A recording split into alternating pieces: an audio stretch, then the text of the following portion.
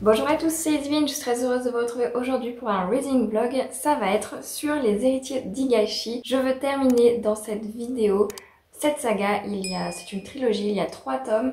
Donc là, je vais entamer le tome 2 et le tome 3 dans cette vidéo et en avoir terminé avec une saga. Je suis super contente de faire cette vidéo parce qu'en fait ça me motive à terminer une saga.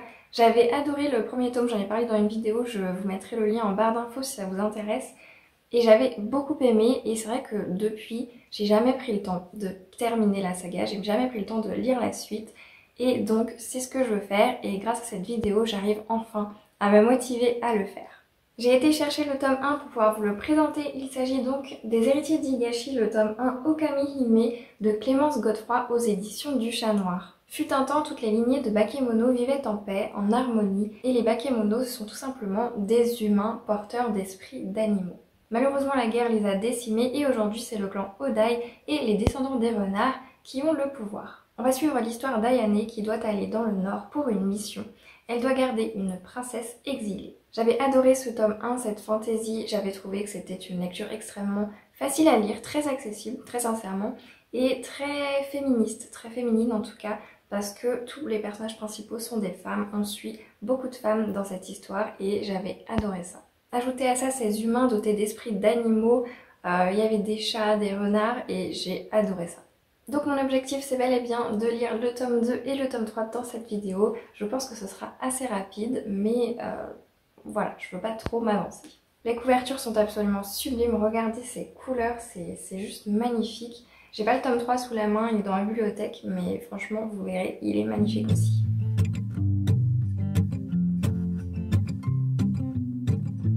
Heard it from a friend, she was in our bed, should've known better. Said it was the truth, she came onto you, yeah but you let her. Knocked me over 10 feet forward.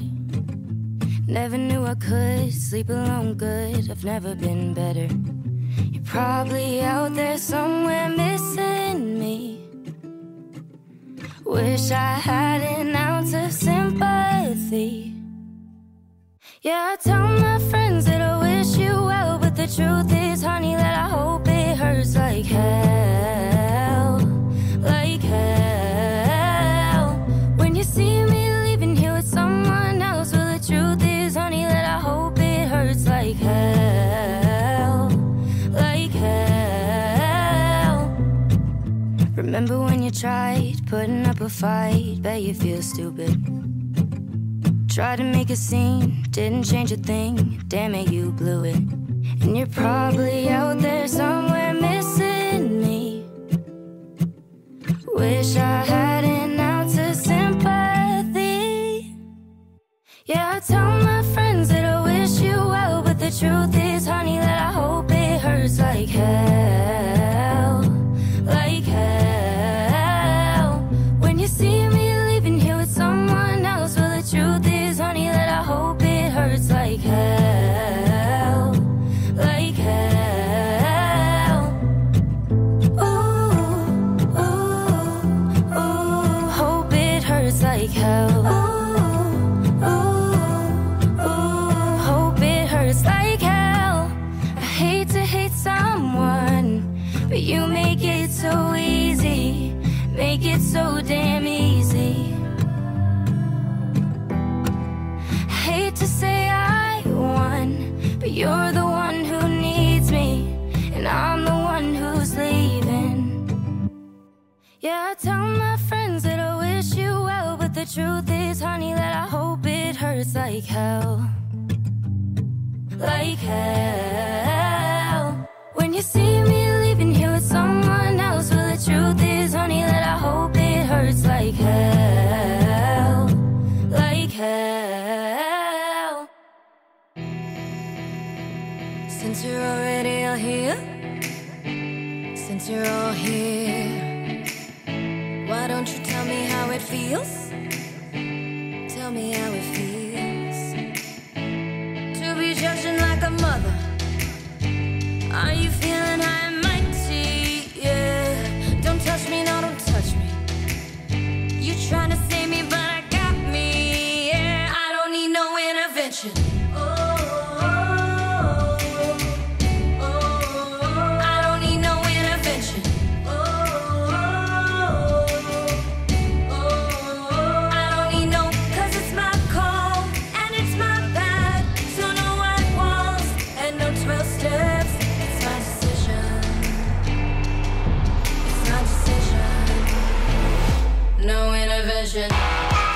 Je vous retrouve pas mal de jours après, mine de rien.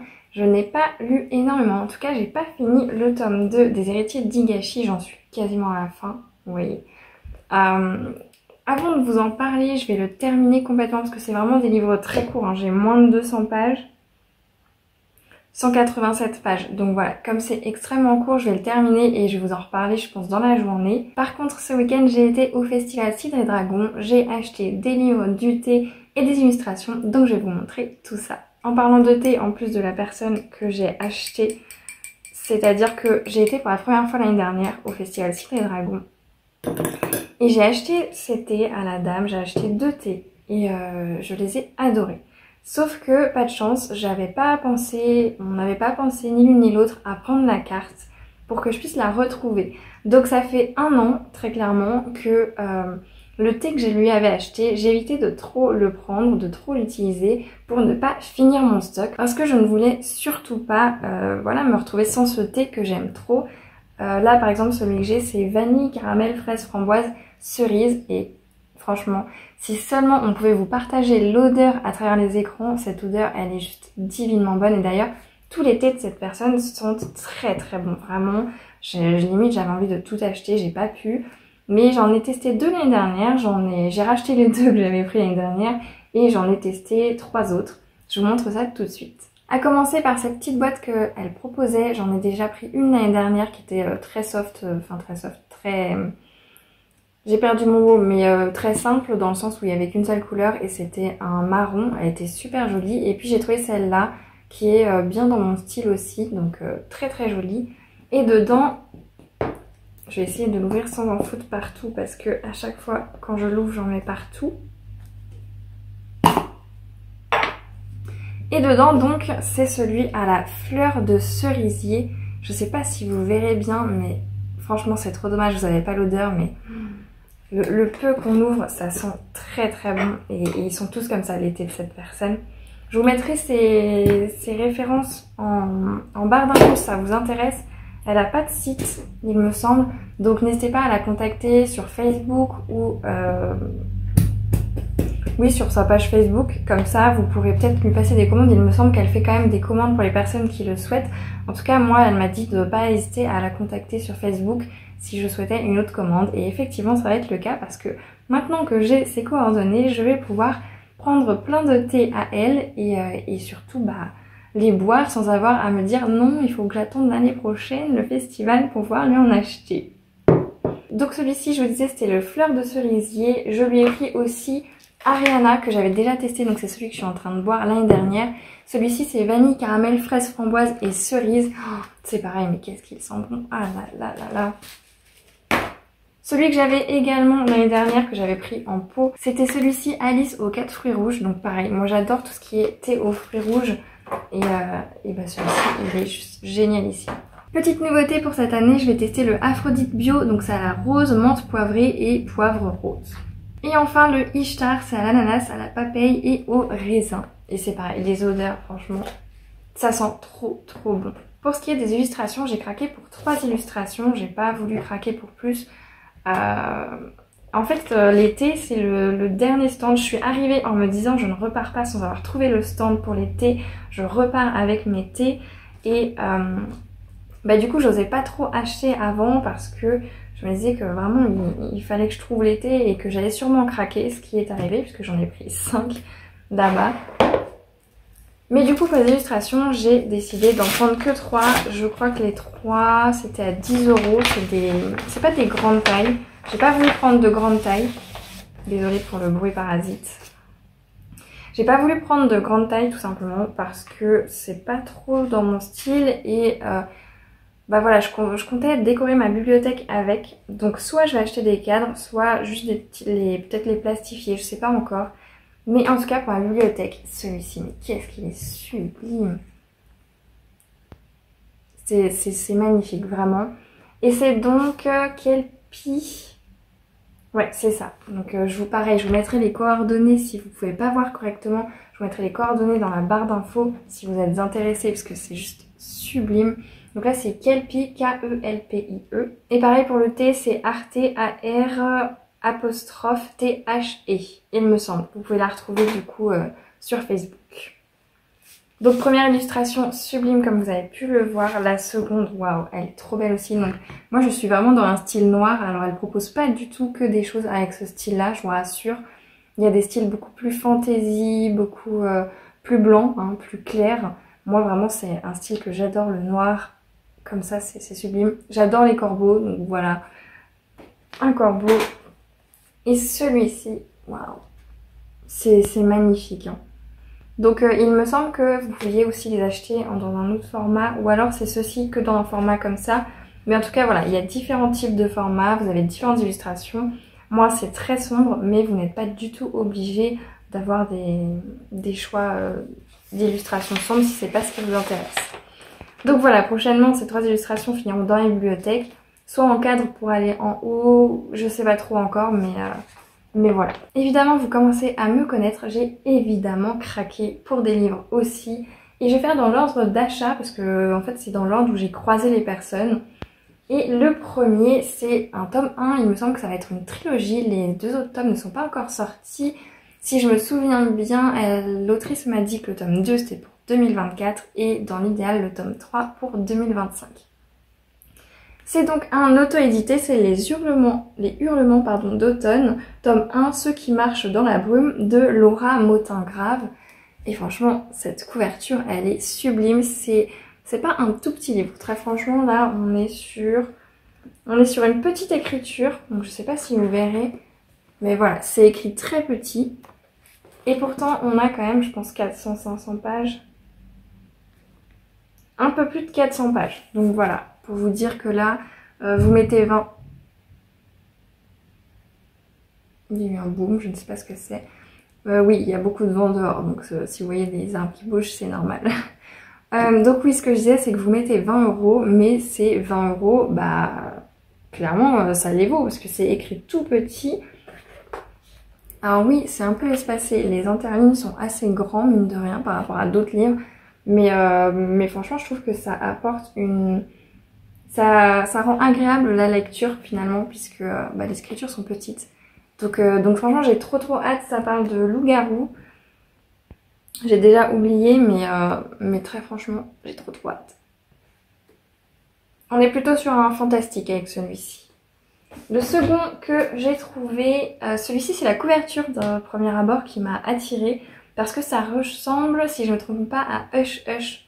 Je l'ai dans la bibliothèque, mais il faudrait que je le retrouve. J'ai plus l'auteur ou l'autrice, mais il me semble que le titre c'était Hush Hush. Ceux qui connaissent, je pense vous verrez en fait la similitude entre les deux.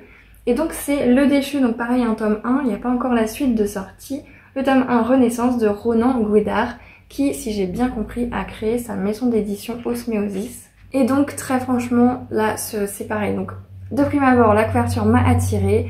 Je me suis donc rapprochée pour voir ce qu'il en était et j'ai pu discuter avec l'auteur, donc à chaque fois ils sont dédicacés. J'ai pu discuter avec l'auteur, très sympathique franchement. Il a la tchatche très facile contrairement à moi, donc c'est plutôt cool de discuter avec des personnes comme ça, parce que c'est vrai que quand on est deux à pas être très sociable, ou en tout cas à pas savoir s'y prendre pour parler, c'est compliqué.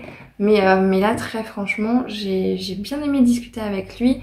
On a parlé de l'importance des librairies finalement indépendantes spécialisées dans la fantasy, parce qu'effectivement il n'y en a que 2 de ce qu'il me disait en Normandie, et franchement une discussion très intéressante.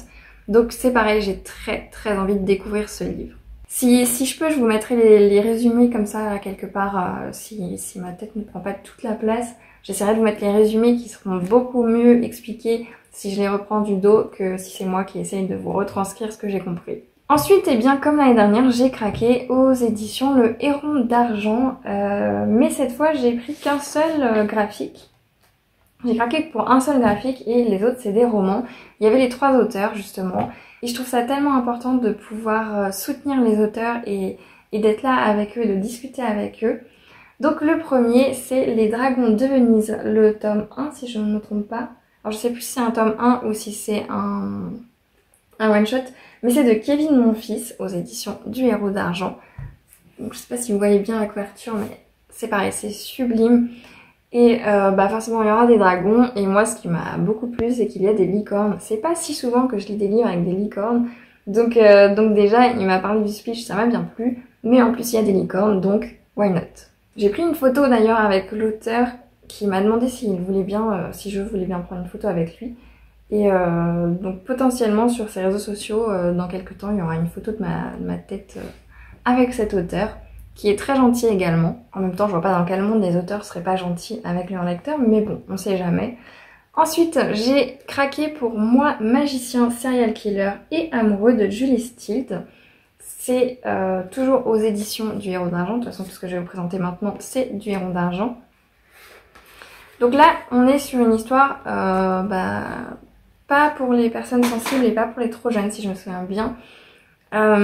Donc moi déjà la couverture m'a bien attirée, mais là encore une fois, de la façon dont elle m'en a parlé, de toute façon, un auteur qui parle avec passion de son livre, moi je craque forcément. Je ne sais pas dire non quand on me parle d'une œuvre qu'on a écrite, qu'on a aimé faire, etc.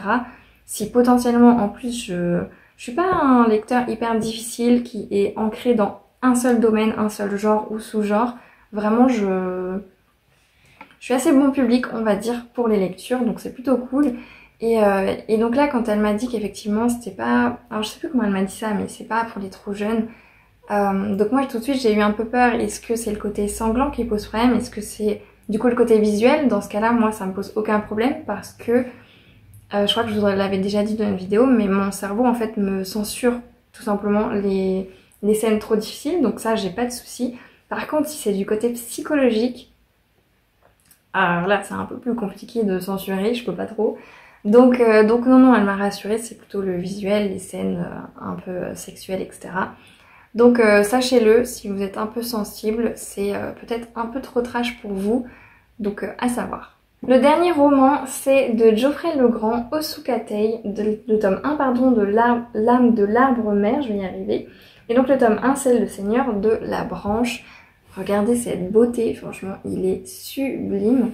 Donc là, pareil, un sacré petit bébé, hein. On voit qu'il y a des auteurs qui font des beaux bébés. L'écriture toujours petite, c'est un truc de fou. Là, on se rend bien compte qu'on n'est pas sur des maisons d'édition qui essayent vraiment au plus possible de faire croire qu'on a une œuvre que vous allez lire pendant des heures et des heures, qui sont super grosses, alors qu'en fait les écritures sont hyper grosses, que les interlignes sont hyper larges.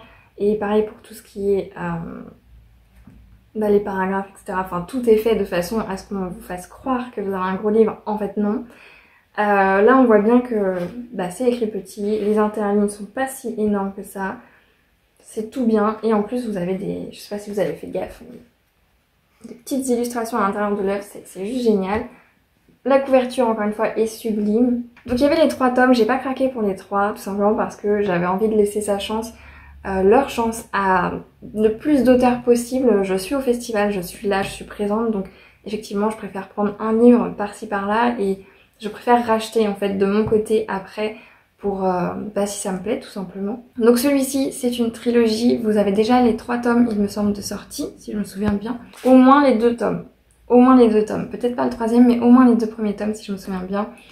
Et donc pareil, univers fantasy, moi il m'en faut pas plus, apparemment il y aura des dragons. Le prénom ça ressemble un peu au mien, Ludivine, sachant que Ludivine c'est originaire à la base de Ludwig, un prénom allemand. Louise, Ludwig, Ludivine, voilà. C'est totalement nul ce que je viens de vous dire, mais écoutez, ça m'intéresse vachement, vraiment. Je sais pas quand est-ce que j'aurai le temps de lire tous ces livres, mais le plus vite sera le mieux. Et c'est encore plus génial si les auteurs seront encore là l'année prochaine au festival, parce que si je peux y aller l'année prochaine, ça se trouve je pourrais juste acheter la suite tout de suite au festival. Donc voilà, mais si effectivement ça me plaît, que la suite est déjà sortie, peut-être que je les achèterai avant d'aller au festival et que j'emmènerai juste mon livre pour le faire dédicacer.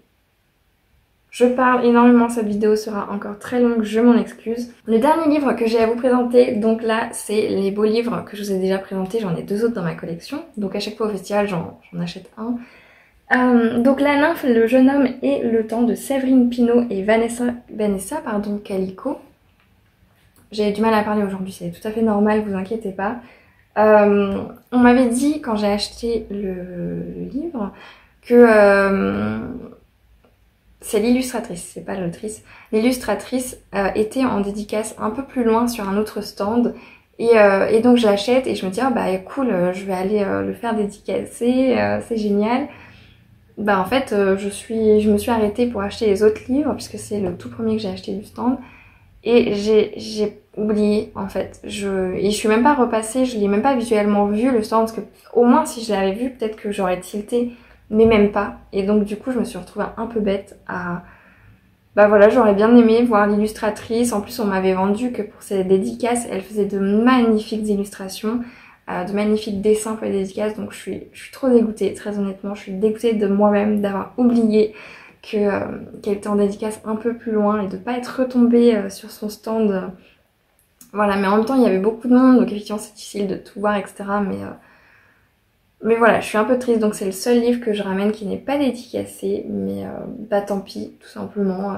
Je sais que je passe un bon moment, franchement les illustrations ont l'air sublimes. Ça n'a rien à voir avec les illustrations de celles que j'avais déjà achetées qui étaient un peu plus mignonnes, peut-être kawaii pour certaines. Ça ressemble plus à celui des Pixies que j'ai.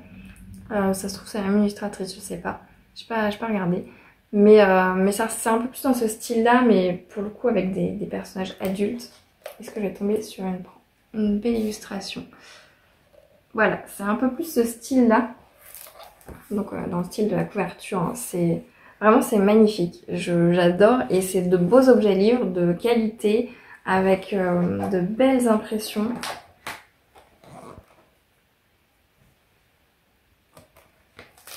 Donc j'ai très hâte de le découvrir, de le lire. Et pour le coup, j'avais une catégorie pour le Pumpkin Autumn Challenge qui ne rentrait pas, que j'avais pas de livre qui rentrait. C'était la sous-catégorie qui rendait hommage à Maureen justement. Et peut-être que ce livre pourra rentrer dans cette catégorie. Peut-être pas, mais peut-être. Donc voilà, je vous retrouve très vite pour vous parler de la fin de ce tome 2 que je suis en train de lire. Et puis bah je vous reviens dès que j'ai fini. J'ai terminé hier soir le tome 2 des Héritiers d'Higashi de Clémence Godefroy. Je voulais pas vous en parler tout de suite tout simplement parce qu'il est extrêmement court et que c'est pas évident d'avoir à dire beaucoup de choses sur un livre aussi petit. Notamment, c'est pas écrit extrêmement gros ni petit, enfin voilà, il se lit extrêmement vite, il est fluide et rapide à lire et en plus de ça, il est très court. J'avoue que je sais pas exactement quoi en penser de ce livre tout simplement parce qu'il ne se passe pas grand chose jusqu'à la moitié du livre environ. L'action en soi commence vraiment à la seconde moitié du livre, pour le reste on est peut-être plus sur du contemplatif. On est vraiment ici sur une trilogie fantasy avec de la mythologie japonaise et je pense que c'est parfait pour débuter en fantasy. C'est pas trop complexe, alors certes il y a plusieurs personnages mais vous avez quand même à la fin de quoi vous référer si vous avez oublié des personnages du premier tome, si vous avez... Voilà, vous avez quand même des aides à la fin. Mais je pense que pour tous les férus de fantasy, pour tous ceux qui lisent beaucoup de fantasy, c'est peut-être trop simple. Peut-être que vous vous ennuierez assez vite. C'est vrai qu'il n'y a pas énormément d'action, il y a des personnages, il y a plusieurs personnages c'est sûr. Mais voilà, ça reste simple, ça reste une fantasy extrêmement simple. Et donc ça peut ne pas plaire à toutes les personnes qui lisent beaucoup de fantasy, sauf si vous avez envie justement de calmer un peu le jeu et de pas aller sur quelque chose de très complexe. Par contre, je pense vraiment qu'il peut plaire aux personnes qui veulent s'initier à la fantasy, commencer en douceur et qui en plus aiment tout ce qui est mythologie japonaise. À voir avec le troisième tome, je vous disais vraiment qu'il était très court et pour le coup peut-être que les deux auraient pu ne faire qu'un seul tome. Je comprends l'idée mais c'est vrai que ce second tome, on sent que c'est vraiment le tome de transition, que c'est vraiment... Voilà, au tout début, on retrouve petit à petit, doucement les personnages, et ensuite à la seconde moitié, ça commence à vraiment bouger. Mais voilà, faut prendre le temps d'attendre que ça arrive. Peut-être qu'effectivement le 1 et le 2 auraient pu ne faire qu'un, donc j'attends de voir avec le 3, peut-être qu'au final, les 3 peuvent ne faire qu'un. Mais c'est vrai que voilà, ça peut être un problème pour certains. Moi ça m'a pas gêné plus que ça, mais je tiens quand même à le souligner. Je vous disais que dans le tome 1 c'était très féministe, il y avait beaucoup de personnages féminins, c'est toujours le cas ici, mais on a aussi des hommes, on a aussi des personnages masculins. En tout cas j'ai l'impression qu'il y en a plus que dans mon souvenir dans le tome 1. Dans le tome 1 j'ai plus le souvenir qu'on les voyait, mais ils ne faisaient pas de l'action, ils ne faisaient pas partie intégrante de l'action dans mon souvenir encore une fois. Ici effectivement on va avoir même des scènes où ce ne sont que des hommes, des personnages masculins. Donc effectivement là on suit toujours cette idée, cette dynamique de féminisme, on suit toujours cette idée également de féminisme dans le fait qu'il y a un personnage qui se pose la question de sa propre condition, de ce qu'il se passe, etc. Et c'est une vraie érudite, elle adore lire, elle apprend beaucoup par les livres. Malheureusement, la pauvre, elle peut pas véritablement s'en servir de ses connaissances. Et je trouve ça très intéressant, cette question qu'on a pu voir dans ce tome. J'ai également beaucoup aimé la diversité des personnages. On a ici différents bakemonos, forcément, on a les renards, voilà, il y en a différents et j'ai bien aimé ce côté de diversité. Niveau créatures, on n'est pas en reste aussi, on les retrouve beaucoup plus ici, beaucoup plus, les créatures sont beaucoup plus présentes finalement dans ce tome. On découvre un peu plus l'univers fantasy avec les créatures dans les forêts, etc. Et j'ai beaucoup aimé ça. Il y a cependant un point négatif pour moi, c'est que j'ai eu du mal à entrer dedans dans le sens où j'ai pas ressenti énormément d'émotions. Niveau émotion, c'était pas ça pour moi. Il y a clairement des scènes qui auraient dû m'émouvoir beaucoup plus et ça n'a pas du tout été le cas. Donc je saurais pas dire exactement c'est pourquoi. Peut-être que ça vient du fait que effectivement on développe pas suffisamment les personnages ou en tout cas les scènes où on aurait dû s'attacher aux personnages, je sais pas. Mais il me manque effectivement ce côté émotion dans ce livre. Donc j'attends avec impatience de voir dans le tome 3 si effectivement en développant encore un peu plus les personnages, les relations, peut-être que ce sera mieux à ce niveau-là. Ça reste une très bonne lecture et j'ai hâte de lire le tome 3. Je l'ai commencé hier soir après avoir fini le tome 2. J'en suis vraiment qu'au tout début, je sais pas si vous voyez mon marque-page, il est au tout début. Donc voilà, je le lis pas extrêmement vite en ce moment, je prends pas le temps de lire malheureusement. Mais mon objectif c'est de le finir pour ce dimanche parce que je souhaite faire un autre reading vlog la semaine prochaine et que si je finis pas ces livres au plus vite je pourrais pas le faire. En tout cas dans ce troisième tome pour l'instant ce que je peux vous dire du tout début c'est que j'aime beaucoup le fait qu'on arrive avec des personnages qu'on a vus auparavant et qui promettent beaucoup de choses, qui promettent, voilà on a encore un petit indice de l'importance de ce personnage et j'aime beaucoup ça.